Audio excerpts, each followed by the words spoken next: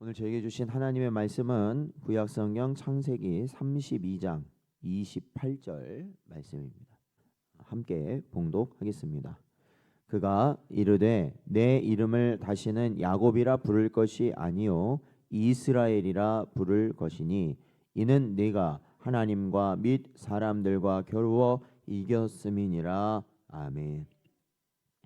기도하겠습니다. 하나님 아버지, 지난밤도 하나님의 은혜 가운데 저희를 붙드시고 오늘도 이 시간 저희들에게 은혜 내려 주시어서 말씀과 기도의 자리로 인도하시고 오늘 이 하루를 살아감에 있어서 우리의 육신의 정욕과 안목의 정욕과 이생의 자랑이 아닌 오직 하늘의 소망을 두고 살아갈 수 있는 은혜를 허락하신 것 감사드립니다. 오늘도 이 시간 주의 말씀이 우리의 심령을 붙드시사 일어나면서부터도 세상을 향하게 되는 저희들이 다시 하나님을 향할 수 있는 복된 심령들 되도록 붙잡아 주옵소서. 간절히 바라옵고 예수님의 이름으로 기도하옵나이다. 아멘. 오늘은 인간의 환도뼈를 꺾으시는 하나님의 열심이라는 제목으로 하나님 말씀 증거합니다. 저희들이 어제 살펴봤던 31장에서 이제 야곱은 그토록 오랜 기간, 그러니까 20여 년 동안 사실은 얽매여 있었던 라반의 집에서 떠나게 되고 이제는 이 자유라는 것을 만끽하는 그러한 모습이 펼쳐지고 있습니다. 사실 그러한 모든 것이 하나님의 은혜라는 것이 또한 31장에서 보여주는 우리에게 주시는 하나님의 말씀이죠. 그런데 라반과의 그러한 이제 이별 그 이후에 사실은 더 큰 위기는 이미 찾아오고 있었습니다. 그것은 바로 야곱의 인생에 있어서 가장 큰 위기, 바로 그 형 에서와의 만남이 기다리고 있었기 때문에 그렇습니다. 그런데 특별히 오늘 이 32장의 말씀을 보면 특별히 그 2절에 보니까요. 갑자기 이 야곱이 에서를 만나러 가는 그런 와중에 누구를 만나게 되냐면 하나님의 군대를 만나게 되었다라고 말하고 있습니다. 그래서 그 이름을 마하나임이다라고 붙이는 그러한 모습이 나옵니다. 어떻게 보면은 좀 뜬금없는 장면이거든요. 에서를 만나러 이제 가야 되는 상황에서 갑자기 하나님의 군대를 야곱이 보게 되는 거거든요. 그런데 이것은 뜬금없는 것이 아니라 하나님이 야곱을 어떻게 해주고 계시는지를 분명하게 보여주시는 장면입니다. 시편 34편 7절 말씀을 보면 여호와의 천사가 주를 경외하는 자를 둘러 진치고 그들을 건지시는도다라고 고백하고 있는데 이 시편의 고백처럼 하나님이 당신의 백성을 강력하게 지키신다는 보증을 분명하게 보여주시는 장면이 이 하나님의 군대를 야곱이 만나게 되었던 것이죠. 그런데요, 야곱은요 분명히 이러한 하나님의 약속을 보았습니다.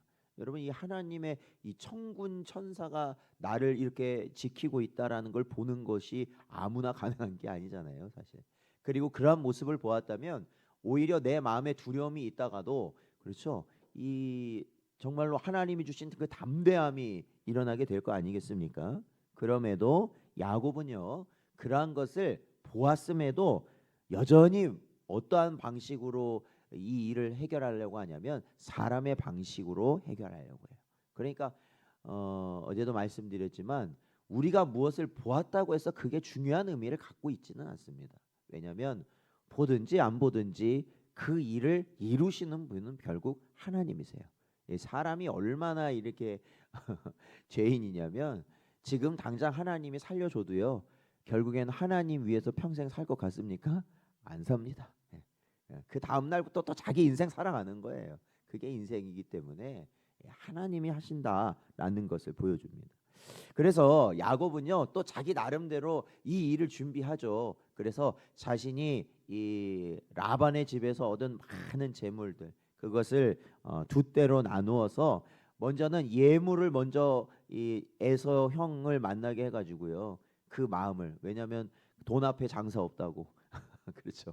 아무리 옛날에 좀 그런 게 있었어도 그래도 이렇게 좋은 물건들, 이런 가축들, 이런 많은 것들을 받으면 그래도 좀 마음이, 사람의 마음이라는 게 좀 풀어질 수 있으니까 야곱은 먼저 자신의 재산을 두 대로 나눠 가지고 그것을 에서 형에게 드림으로 인해서 자신이 안전을 꾀하려 하였죠.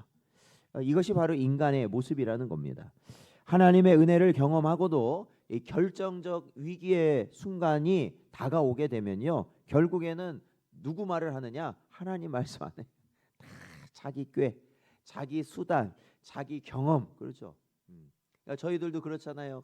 말씀을 보고 말씀을 듣고 말씀대로 살아가야 한다고 해놓고 다른 사람이 어떤 일을 겪거나 아니면 나에게 일이 있을 때 뭐 가지고 말해요? 뭐 가지고? 다 내 경험 가지고 말해요. 말씀 가지고 말하는 걸 제가 못 들어봤어, 별로. 예? 이런 건 이렇게 해야 돼, 이런 건 저렇게 해야 돼. 그런 거 하지 마셔라. 내가 그러니까. 예. 그런 거 소용 없어요. 이렇게 하든 저렇게 하든 그건 상관이 없어. 중요한 건 뭐예요? 하나님 말씀대로 우리가 순종하는 게 가장 좋은 거죠. 예.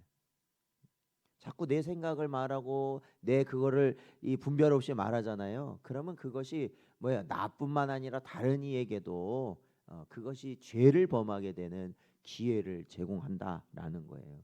그러니까 야곱도 보세요. 방금 하나님의 군대를 봤어요. 그러면은 아유, 그래도 우리 같으면은 야, 에서를 만나도 하나님이 나를 보호해 주실 거다라고 이렇게 확신 가운데 나아갈 줄로 믿습니다. 근데 정작 야곱은요, 봐도 소용없어요. 그냥 자기 생각만 하고 있어. 끝내는. 예, 그렇게 가는 거예요. 그래서 결국에는 우리는 전적 부패된 존재고요. 이러한 야곱이 어디까지 가야 깨지냐면은 약복강 나루에서 하나님 만나야 깨져요. 아무리 지금 보여줘도 소용이 없어요. 그러한 것은. 예, 그러니까 결국에는 어, 하나님께서 주시는 은혜로만 우리는 살 수 있다라는 것을 보여줍니다. 그게 하나님의 열심이에요. 예, 우리는 할 수도 없는 그것을 하나님이 끝까지 책임지신다라는 것이죠. 자, 먼저 오늘 이 32장 1절부터 24절의 내용은 이제 가족과 재산을 모두 강 너머로, 요단강 너머로 보낸 야곱이요, 약복 나루에 홀로 남아 있는 상황입니다. 모든 자신이 할 수 있는 모든 인간적인 방법을 이제는 다 끝낸 시점이에요. 더 이상 뭐 할 수가 없어.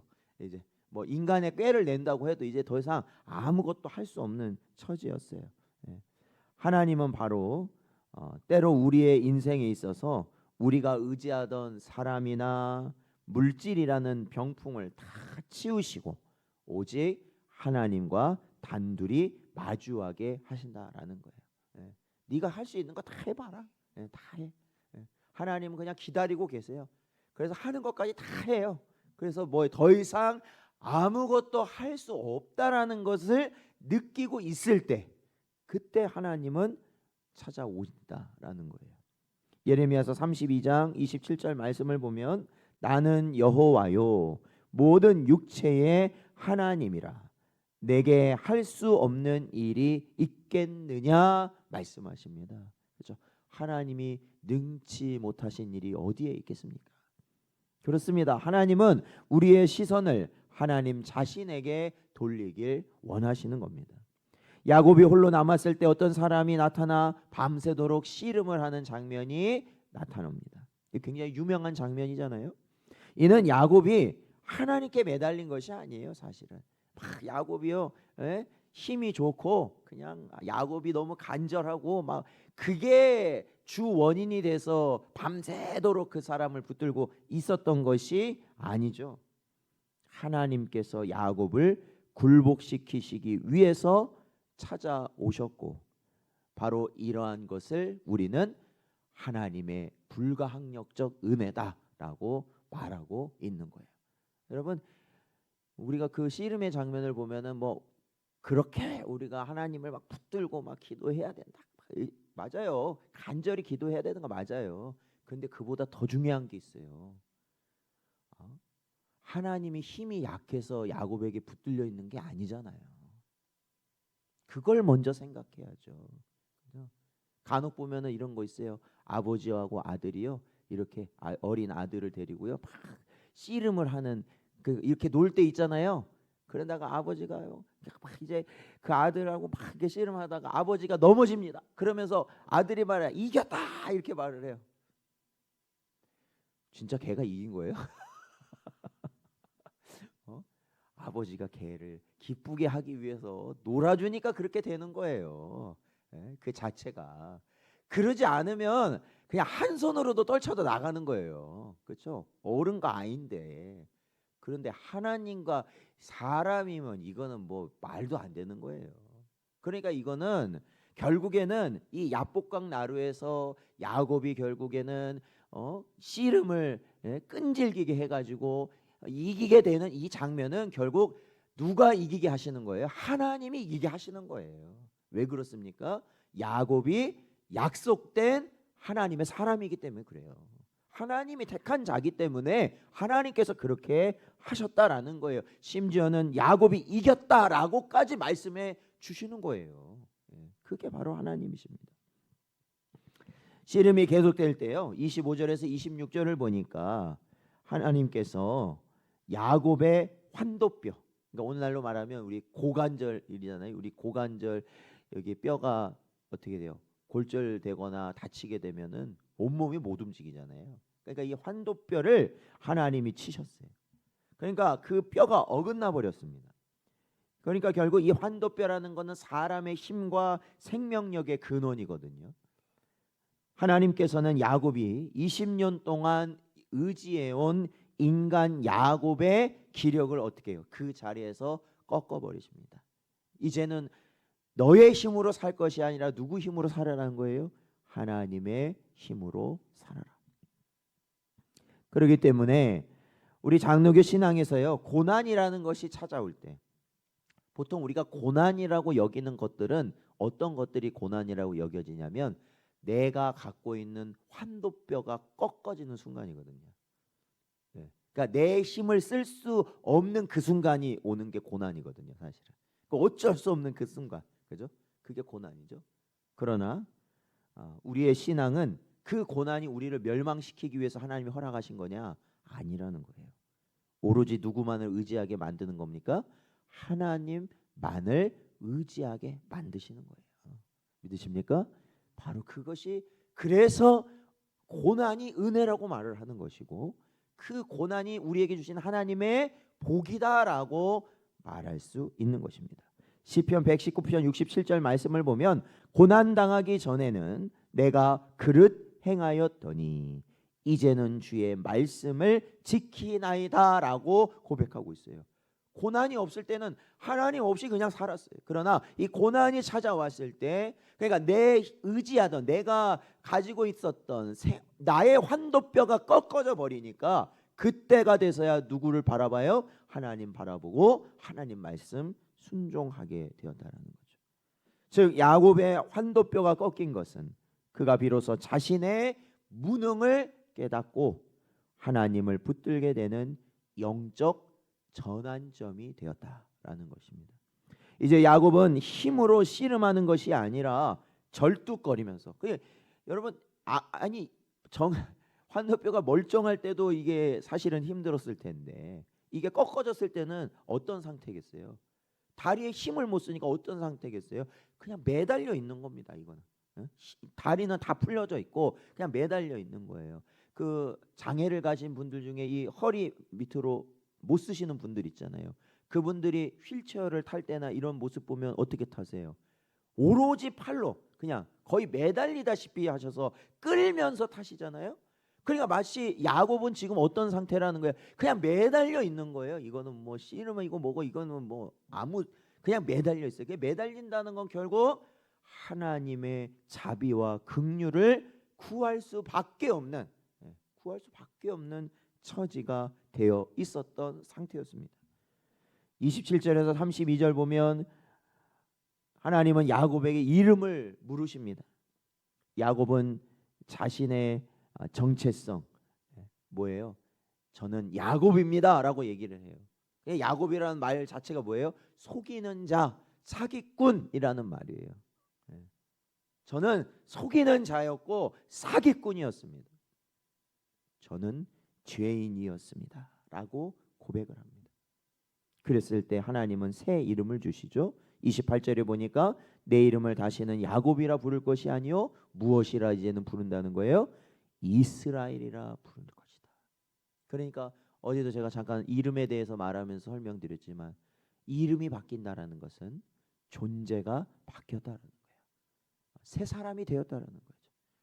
하나님의 의지하는 자로 새롭게 태어났다라는 겁니다. 고린도후서 5장 17절 말씀을 보면 그런즉 누구든지 그리스도 안에 있으면 새로운 피조물이라 이전 것은 지나갔으니 보라 새 것이 되었도다. 믿으십니까? 바로 야곱이 이스라엘이 되면서 새롭게 되어지는 놀라운 역사가 이 약복강 나루터에서 있었다라는 겁니다. 그러니까 이 말씀이 야곱의 삶의 실제가 된 것이죠. 하나님과 겨루어 이겼다. 이 말은 우리가 절대로 우리가 강해서 이겼다 이렇게 생각하시면 안 된다는 거예요. 우리가 끈질겨서 이겼다. 우리가 매달려서 이겼다 이렇게 생각하시면 안 되는 거예요. 그것은 오로지 하나님을 나를 불쌍히 여기심만을 우리가 바라보았다라고 여기셔야 된다는 거예요.